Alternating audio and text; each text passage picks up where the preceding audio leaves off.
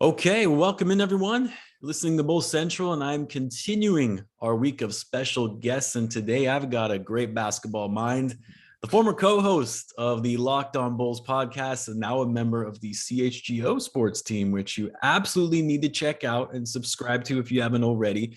It is my pleasure to introduce my man, the myth, the legend, Big Dave of CHGO. Big Dave, it's great to have you back on, man. I appreciate you making the time. Mal, I appreciate being on with you, man. You know, it's always love every time I talk to you, man. So yes, thank you for having me. Absolutely. So guys, I'm sure most of you already know, but if you're not, be sure to follow Big Dave at BAL. Did I do it right, Big Dave? Yeah, you put your soul in it. BAWL Sports.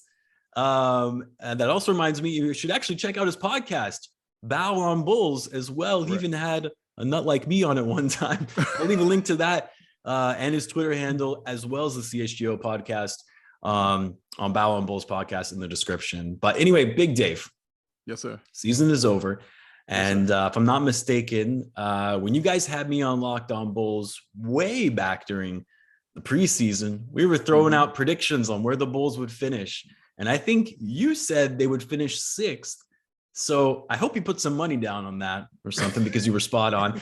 I thought the Bulls were actually going to finish fifth, but I did say that between 45 and 47 wins, more or less. And they did win 46 wins. So not to toot my own horn or anything. Unfortunately, I didn't make any bets on the season. So there you go. But no, the reason I bring that up is because as Bulls fans, we all seem to be a bit disappointed by the Bulls this season because of how well they played down the line, or I guess not how well they played. But at the end of the day, they still made the playoffs, which we'll talk about. They finished the season above 500, which is the first time they've done that since Tom Thibodeau was coaching the team back in 2015. So a lot of things to be proud of for the Bulls, right? What were your overall sentiments on this season? And what were some of the biggest surprises for you?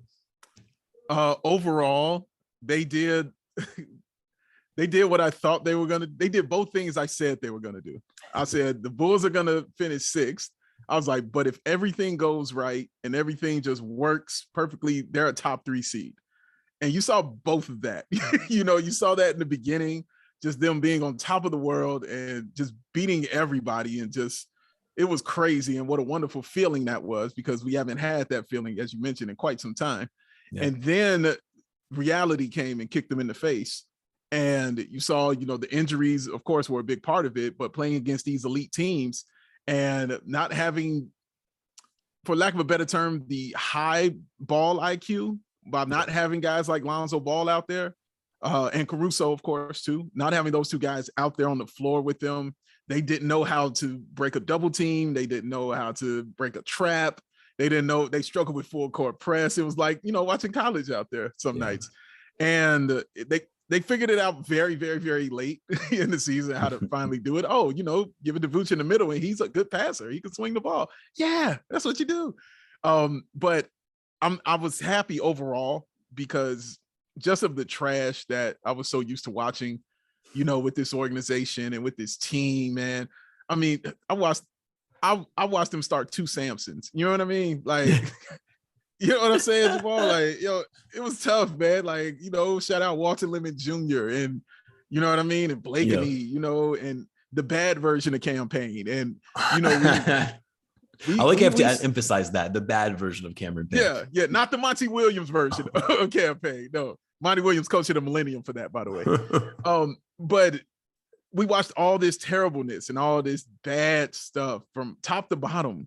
You know what I mean? From coaching staff to organization to players.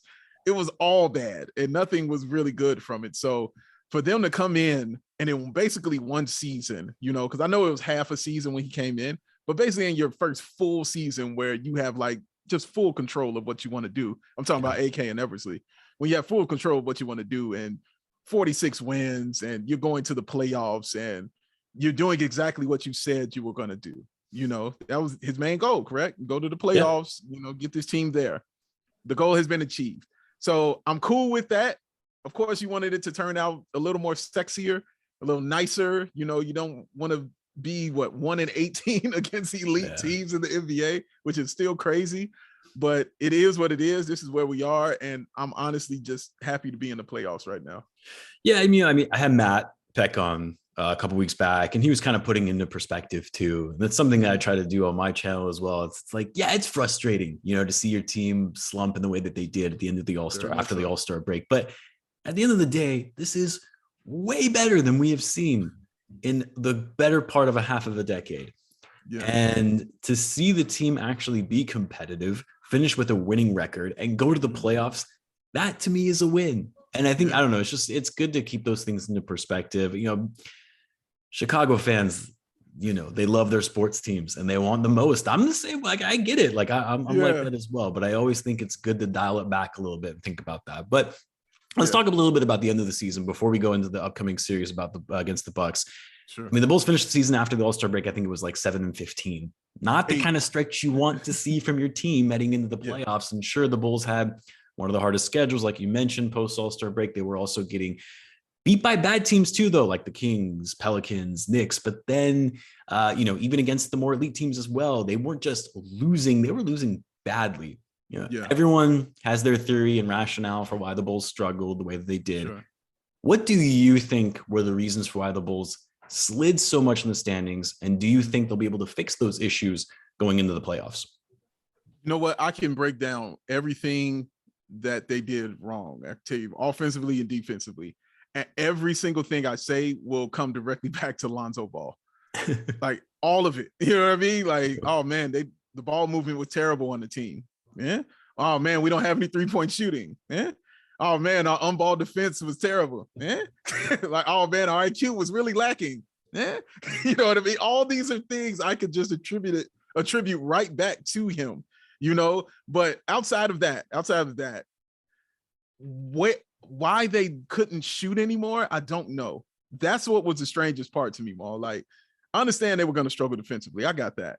But the fact that they became really hesitant in their shots, and Ayo was one of them, and Coby was one of them. Like, those guys just started to become hesitant, and no, we're not going to take that shot and pass the ball, and boom, turnover, boom, 24 second clock violation. You know what I mean? Or just end up with a bad shot because they were afraid to take them. And then when they did take them, just complete bricks. Ayo was shooting 40% from three before the All-Star break. It dropped tremendously. The last I checked, I believe it was 34. Like, Coby, my goodness, like, man, dude just completely went away. Like, Coby, and you can kind of call him a streaky. I don't call him streaky. I thought he had found his rhythm and after he came back from his injury. If you look at his numbers, you can kind of see it scoring wise. I mean, you kind of saw him find his rhythm. Like, it was double-digit scoring for at least like 15, 16 straight games. Yeah. That's all it was. He was just scoring, and that's what I needed him to do. He came back from the All-Star break and just completely forgot how to shoot. Like, he just came out of a 2 for 28 slump. Like, that's unheard of. Those are crazy numbers. Derrick Jones Jr. was shooting 40% from three. He just hit his first couple threes after the All-Star break in like the next to last game. Like, he was shooting 0. Like, it's so crazy, man. And to the point where Billy Donovan wouldn't even play him. Like, he wasn't even on the floor. So it was just such a drastic and weird just fall, for this team. And teams just decided to let's just double team DeMar DeRozan and let everybody else beat them. And it feels like once that was put on them, they kind of panicked, and I don't understand why. Maybe I could attribute that to Lonzo as well, because he'll calm you down, and get you easy buckets. That's one of the things I really miss about him is the easy buckets.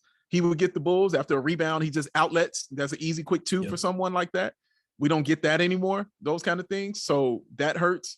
But yeah, knowing how to shoot, when to shoot, and things like that, that's definitely on them. I can't put that on Lonzo Ball. And the other thing, man, like injuries, I hate saying it because everybody's like, oh, you can't use injury as an excuse, but it is what it is. You know what I mean? Yeah. Like, missing that many guys that are that important to your team, you know what I'm saying, is huge for this team. Like, the Bulls are greater than the sum of their parts kind of team. You know what I mean? Right. Like, they lose one, everything falls. They can't do that. They either they aren't good enough to lose one and everything falls, or they just don't work that way, period. I haven't figured out which one yet. Maybe it's a little of both. But yeah, but just to break that down and make it even more simple in play, they just really forgot how to shoot. And then they forgot even more how to play defense.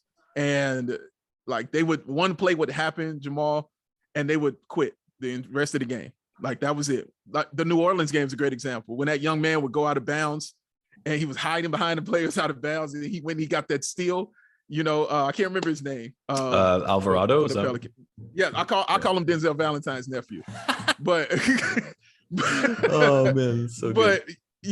You saw him hiding, and then he would get stole that ball from them. The game was over after that.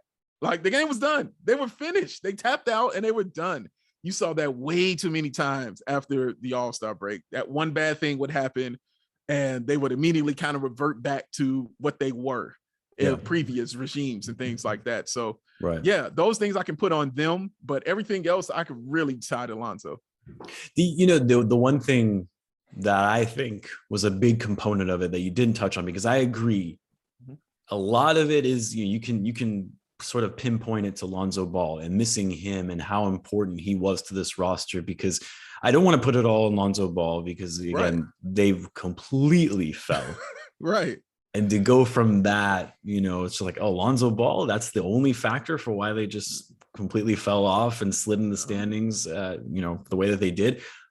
For me, it was the fight and the effort, the energy that they used to have at the beginning of the season that you just didn't see. And I don't know what it was. It's a long season, regular season fatigue. Who knows? DeMar's been around a while in the league, and he knows, when to kind of step on the gas and when to kind of let off of it. But that was the biggest thing that stood out to me.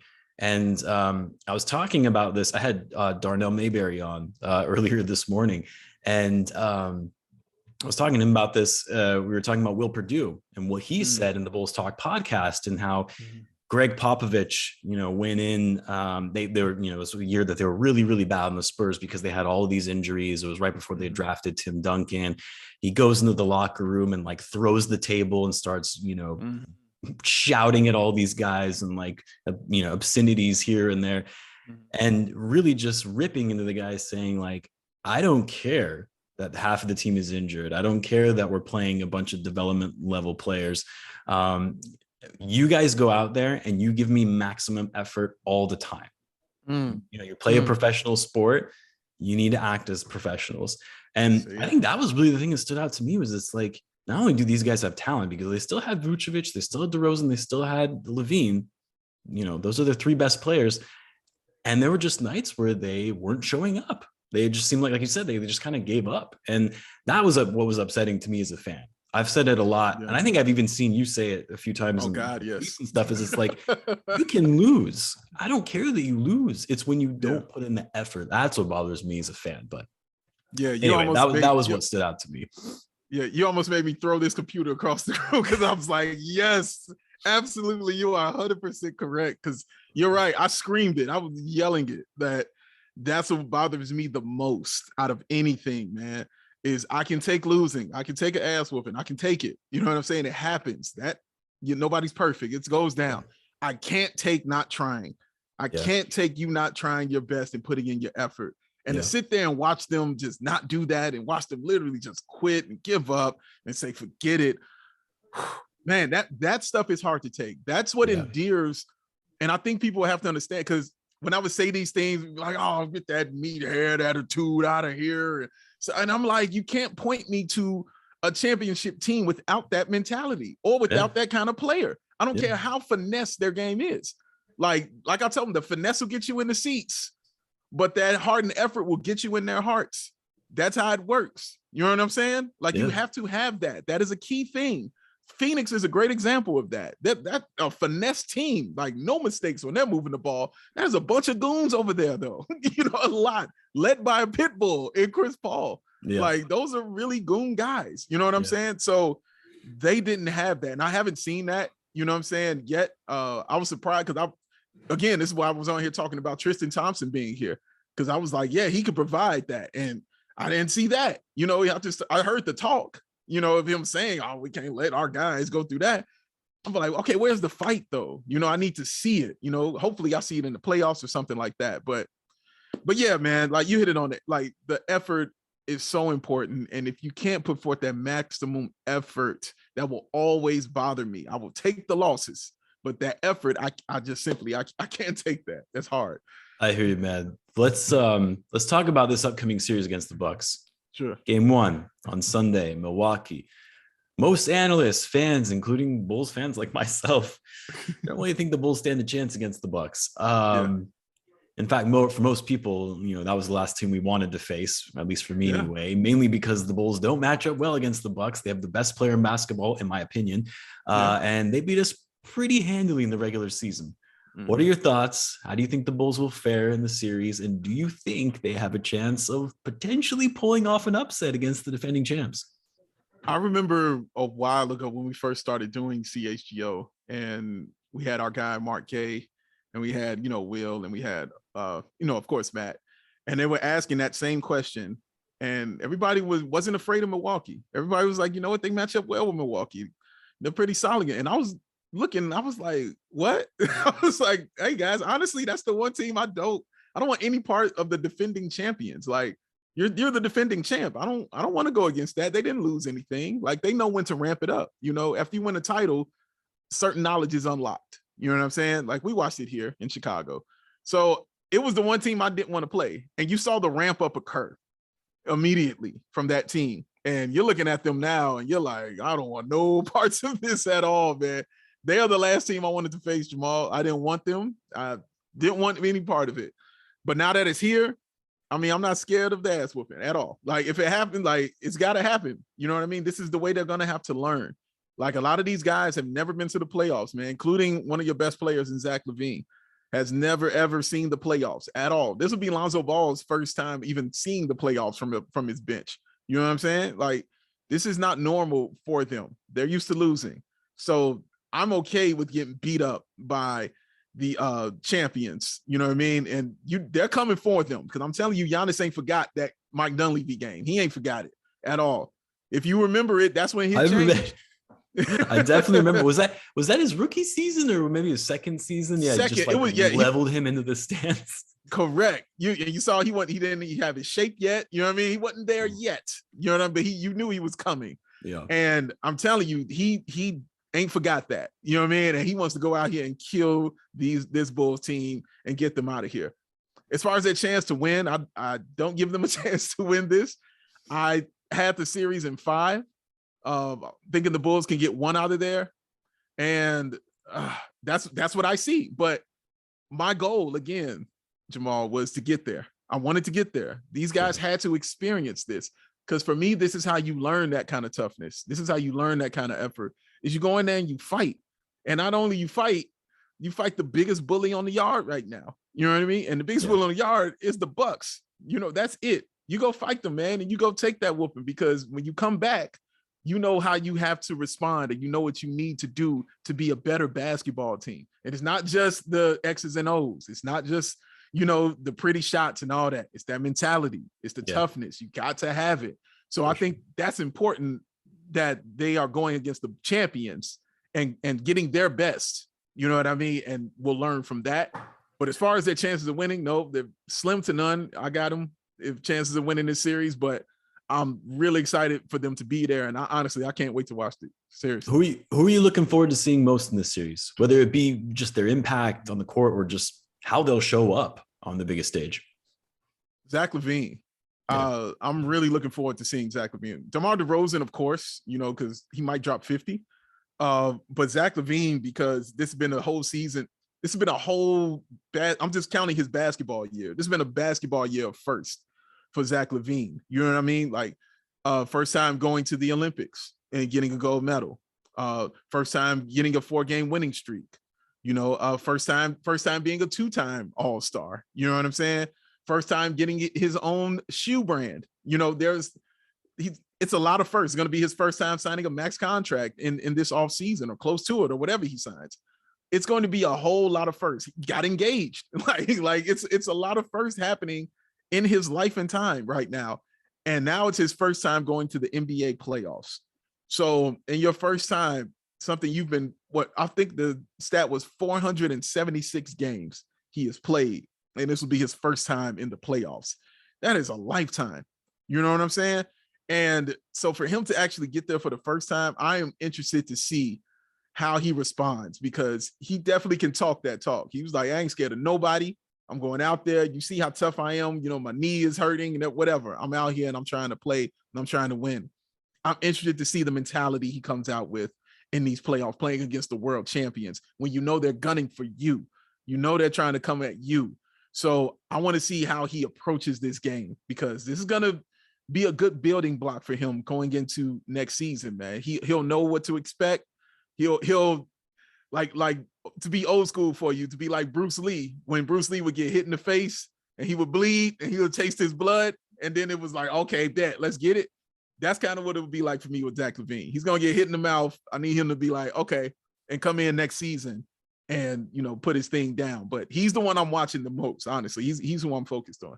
Zach LaVine is definitely a guy I'm looking forward to seeing in this series, and just how he'll show up, right? It's more of a curiosity thing.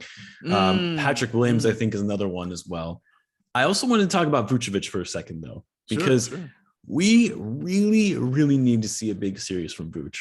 Like, we need that all-star level Vucevic that we traded for, right?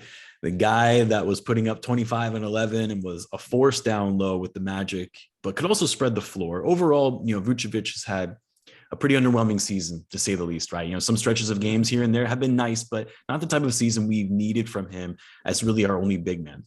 Do you think Vucevic could make up for his otherwise subpar season if he plays at a high level against the Bucks, even if it means that the Bulls lose the series, but they make it a competitive one because of the impact that Vucevic brings? Or do you think that fans are going to kind of be out on Vuce no matter what he does in the playoffs? You know, he's probably not the best long-term fit for the team. Do you think that's going to be sort of the mentality? I think fans were out on him like in November. So I don't think that's going to really, I don't think that's going to change. You know what I mean? Like, even when he went through his stretches where he was good, they still weren't, you know, on him. So right. Yeah, they're going to feel how they feel about that. But for me, yes, it would definitely be some redemption for me. Like, you got to pay us what you owe us kind of thing, you know? Yeah. And it's again, a tall task for him, because he struggled against Miami because of their size and their length. And now they got Lopez back, and you saw how he looked against Lopez in that last game. That bothered me more than anything. I'm like, you can't let Lopez out here looking like Olajuwon on you, man. Like, you can't have that. But he's averaging 16 and 8 against them, which is cool. But it's the field goal percentage, because he's shooting about 40% from the field, you know, playing against them, man. That's where he struggles. Now his 3-point shooting is up against him. He's in the about 41% from the 3-point line. And that's because he's going to get those wide open looks. You know how the Bucks play defense. They're going to shut down that interior for you. You know what I mean? They're going to get you out of that, and they're going to make you beat them from the perimeter. And, you know, the Bulls aren't good at that. And that's why Vuce is going to have a lot of wide open looks from 3. So I'm going to need him to hit some of those and continue to knock those down at a really high clip during this series. I do want a game from him, though. I want that game. I want that 30 and 15. I want it. You know, you kind of owe it to us. You know what I mean? I want to see it. So, I want that. Just give me that. You know, he's got to be at his best if they're going to have any shot. Of course, everybody has to be at their best. They're going to have any shot. But your big 3, especially your big man center, who's like your biggest like interior presence as far as scoring and rebounding is concerned, he's got to play well, and he's got to stay out of foul trouble, and he's got to go up against these bullies out here in the Bucks, man, and show everybody, yo, I'm big too. I can do my thing as well. Yeah, and I mean, for Vucevic, what you really want to see from him, for me anyway, right, is the fact that he's one of the few guys on the team that has a little bit of playoff experience, a little bit, right? So it's like, you need those kind of veteran leaders in these type of moments, but we'll see. I wanted to talk, because of Big Dave, I know you're a big time Lonzo Ball fan. We already talked about him already. Yeah. You absolutely love that signing. And despite me being skeptical about Lonzo Ball and the Bulls, right away you saw his impact. And I quickly realized that I was absolutely wrong. The fit with him in the roster, the little things he does in the court that really helped this team to be so successful at the beginning of the season became even more apparent after he got injured. I've got to ask, and I asked Matt this as well, because at the time, that was before we knew that Lonzo was going to be missing the rest of the season. Are you concerned about Lonzo's long-term health? And I ask that because he's 24. He's already had surgery on that knee to repair his meniscus, the same knee that he just had surgery on. That was back in 2018. It was between his rookie and sophomore season. Yeah. Every season that he's been in the NBA, he's missed time due to injury. And we're not talking about missing a few games here and there. It's been a good chunk of games. I think the question on a lot of Bulls fans' minds is, can he stay healthy? Because he's supposed to be the point guard of the future for this franchise with a 4-year deal that we just gave him. Yeah. Are you concerned at all? Or you're like, he'll be fine, or I guess wait and see. We'll see when he comes back and we'll kind of play it by ear then. But that's a big concern for me anyway. No, yes, I'm concerned. To give you the short term, yes. The first time I even learned about how severe bone bruises could be was because of Lonzo Ball. And that's when it happened in LA, when he got a bone bruise in his ankle and he was out pretty much the whole year and he was done. Because in your head, when you don't know much about it, all you just hear is words like contusion and bruise, and you don't equate it with out for long periods of time. You're like, oh, those things heal up, you'll be fine. And it's bigger than that. And it's an issue with him. Like he still hasn't fully correctly healed with that ankle bruise, man. That thing is still there. That's still an issue for him. But you're right. In every year, you're hurt. like that's a concern and a big concern. You know what I'm saying? So yeah, I am definitely concerned about his health going forward. And what gives me, I'm trying to think of the right word for it, but I guess what gives me, peace of mind is knowing that I got AK and Mark Eversley and they see the same thing I'm looking at. That's what gives me peace of mind, is I know they see it and I know they looking at it and I know they're like, okay, because remember at the deadline, that's the reason they didn't make moves, is because they thought Lonzo and everybody were going to be back by this. And then he was like, Arturia said, he was like, yeah, well, we'll get our guys back. That's like free agent moves, getting those guys back. So when we get them back, then we'll be able to roll. We'll see what we got. Well, now you played that hand. Now you kind of see what you got. And you're like, okay, he could be injured. This could be a thing. And this could really derail what we're really trying to do. We're going to have to get some help at that position, a little more help at that position, including with Ayo's development. Because obviously he's going to be the future. If everything keeps going like it is, he's going to be your point guard of the future. But in the meantime, between time, I know they're looking at what I'm looking at. And so they'll do whatever is need be, whether it's not playing Lonzo, so many minutes. Remember, he was playing like 34 minutes, 35 minutes a night, and not playing him so much because you have the right back for him. You know what I'm saying? That can provide that help for the Bulls. I don't know what that point guard is yet. I'll have to get into, the list and everything like that in the offseason to have a better answer for that. But that's what gives me a little bit peace of mind, is knowing I got a right and competent front office up here. But yeah, but concern is a fact. Yes, I'm definitely concerned about these injuries for such a young man. He's not an old veteran, but his body is telling him that he's an old veteran. And I hope that he can get healthy. I hope he goes forward, and doesn't have all that. But that's all it is right now, is hope. And right now, the fact is he's out again for the year, and it sucks. It does, man. I mean, because it's like, he didn't even play a half a season. Yeah, we were so good when he was with us. You know what I mean? So right. I get my hope is he's going to be okay, right? But yeah, I wouldn't be lying to you if I wasn't concerned. I think most Bulls fans are a bit concerned. You hit a good point though.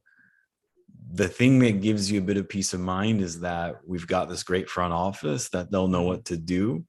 Should they need to start thinking about going in a different direction. But speaking of which. Sure. Well, I guess I shouldn't say speaking of which, that might be a little bit too presumptuous, but let's talk about Billy Donovan.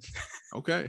Because I feel like he's been getting a lot of blame for the Bulls slump at the end of the season. And while I do think Donovan should be held accountable for the Bulls' end of season performance, it's not all on him. But if there was one thing that, for me anyway, became a little more clear, that even though Billy is a good coach when it comes to player development and building relationships with his players, all, again, very important things, by the way, something that Jim Boylan was not at all. But where Donovan struggles, in my opinion, is sometimes in the execution on the court and making the necessary in-game adjustments. And because of that, I'm not sure that Billy Donovan is maybe the type of coach that can lead a team to a championship at an NBA level. That's just my opinion. And maybe that's not at all fair, because a lot of coaches in the league probably aren't championship level coaches. But I'm curious to hear your thoughts. Do you think that Billy Donovan can lead this Bulls team to a title? And do you think Donovan makes sense for this team long term? Those are interesting questions. Before to agree with you, when they got Billy Donovan, I was very happy. I was ecstatic. And but I kept saying my only issue with him is an issue that has to do with his in-game adjustments. I was like, but I'm not worried about it now because the Bulls don't even know how to walk yet. So I was like, these are like playoff problems, and I wasn't concerned about it then. This year was the first time I actually focused in. You know what I mean? Where I was like, okay, I could look at it.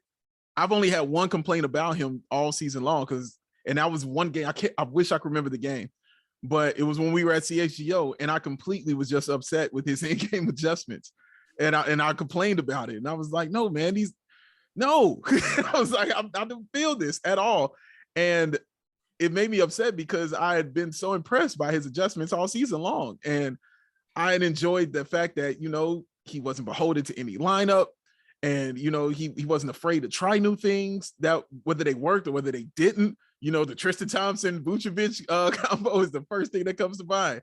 He wasn't afraid to try it. It didn't work, but he wasn't afraid to try it. You know what I'm saying? And wasn't afraid to put Derrick Jones Jr. at center, and run with that. You know what I'm saying? Like, I like that kind of stuff. But his in-game adjustments were one of my biggest concerns when they signed him. Can they win a championship with him? For me, the easy answer is no. Because I'm looking at his playoff record. And his playoff record, isn't the greatest. You know what I mean? Like, a lot of first round exits for Billy Donovan on that level like that.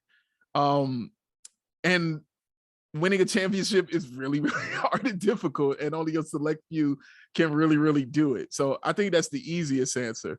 Can he be the coach for the future? Yeah, I think he can. I think because they signed him to be that. They signed him to a nice deal to say, dude, we want you to develop these players, because he wants to be a player's coach. And that's what he is. And to the players, I personally, maybe I'm wrong in this, I'm not in the locker room or anything like that, but it just seems like they really like Billy Donovan and they enjoy being around him. And he's never thrown his players under the bus, but he's never really lied about them either.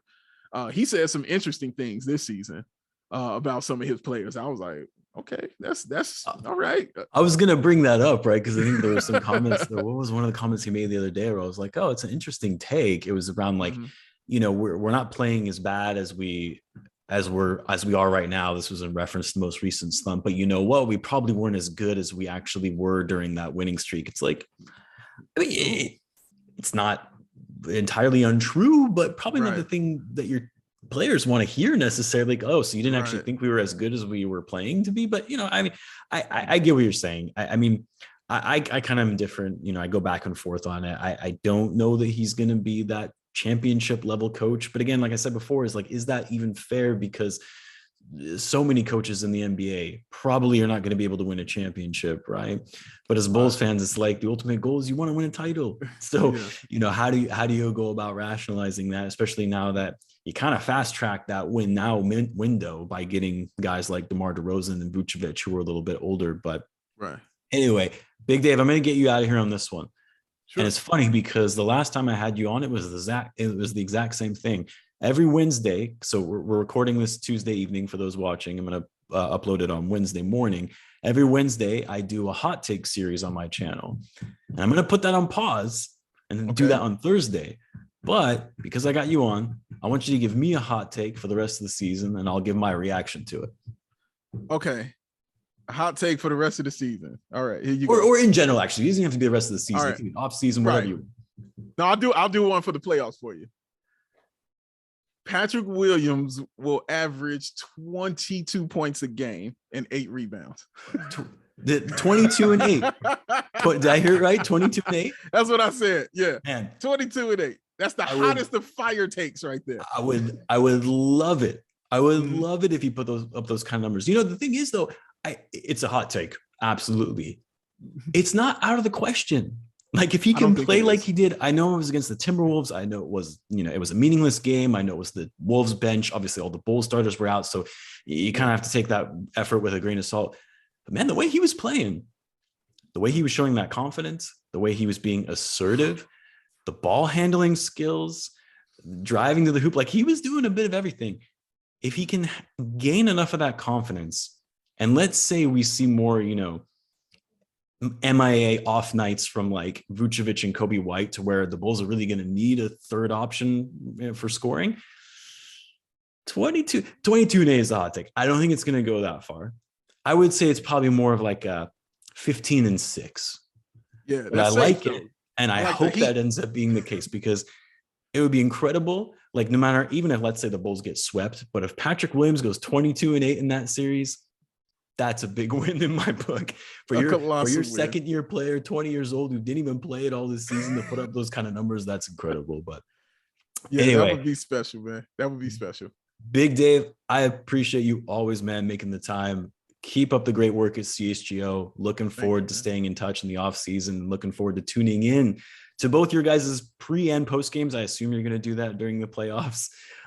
So guys, be sure to check out. They do pre and post game live streams.